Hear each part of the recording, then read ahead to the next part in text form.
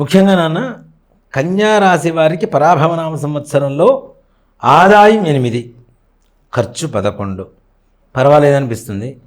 రాజ్యపూజ్యం 3, అవమానం 3. దానివల్ల పెద్ద సమస్యలు అయితే కావు. కానీ కన్యా రాశి వారికి చాలా విశేషమైనటువంటి యోగం కలుగుతుంది నాన్న ఈసారి. ముఖ్యంగా ఇంట్లో శుభకార్యాలు తప్పనిసరిగా మంచి విశేషమైనటువంటి శుభకార్యాలు జరుగుతాయి. అంటే ఫంక్షన్స్ చేసుకోవడం, తద్వారా ఆర్థికంగా బాగా ఖర్చు పెట్టడం, ఖర్చుకు తగినటువంటి ఆదాయం రావటం, ఇంట్లో ఆనందదాయకంగా ఉండటం, దాంపత్య జీవితం ఏదైనా గొడవలు ఉన్నా ఈసారితో సమస్యపోయి ప్రశాంతంగా దాంపత్య జీవితం ప్రశాంతంగా సుఖంగా సంతోషంగా ఉండడం.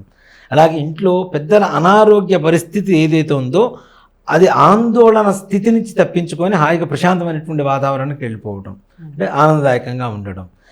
అనుకున్న కార్యాలు అనుకున్న సమయానికి ఇక్కడ ముఖ్యంగా వేరే వారి సహాయ సహకారాలతో నెరవేరుతాయి. అది కూడా పురుషులకు స్త్రీల సహకారాలతో, స్త్రీలకు పురుషుల సహకారంతో. అంతేకాకుండా దిగ్విజయమైనటువంటి కార్యజయం కలుగుతుంది.